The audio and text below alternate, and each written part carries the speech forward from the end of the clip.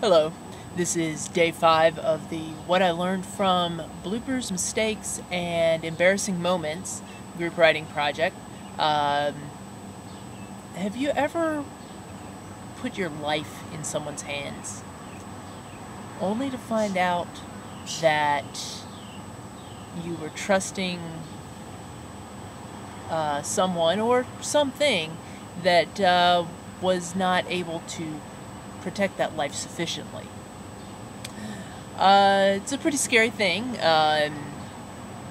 but it's even worse to be the one that someone was trusting in and you didn't, you were not trustworthy.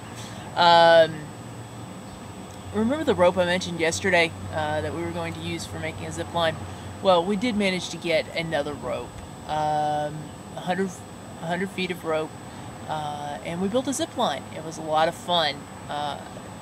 We built it kind of on a hill so that as you go down the hill you have an incline to go, so you can build up some pretty good speed going down through there. And then as you get toward the end, there was a tree that we tied it to, and you kind of come back up a little bit so that you can slow down before you hit the tree.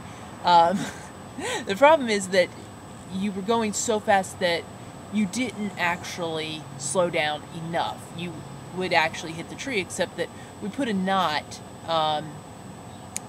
in the rope to keep people from going too far. The knot, though, was a little too small.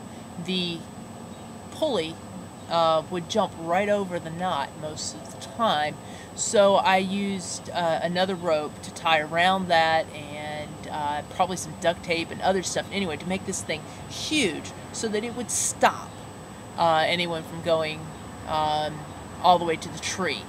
You get within a few feet, enough to be really scary, but not actually get hurt. Worked great for several weeks, but what I didn't realize is that over time, it was flattening the knot. It was stretching it out, and it eventually allowed either one of my siblings or one of the kids from the neighborhood, I really don't remember who it was, but somebody made it past the knot and hit the tree. I had been, most of the time I would go down to the bottom of the ride and kind of, make sure that if it didn't stop, at least I was there to catch them. But this time I wasn't there, and the knot was flat, and somebody hit the tree. I was the one who wasn't trustworthy. But I learned a lot from that. Luckily, oh, by the way, they didn't get hurt. The knot did slow them down enough. They probably knocked their breath out, but no permanent damage. Well, maybe brain damage, but all my siblings are brain damaged anyway, so I wouldn't know the difference. You wouldn't be able to attribute it to that. But anyway, from that, I learned two very important lessons. One is, even with a backup system, it's a good idea to be there to, make sure that it's working. Make sure your backup systems are working. Kind of like when you back up your hard drive and it didn't actually back up, and then your computer goes down and you go to restore your backup and it's not there. Not a good thing.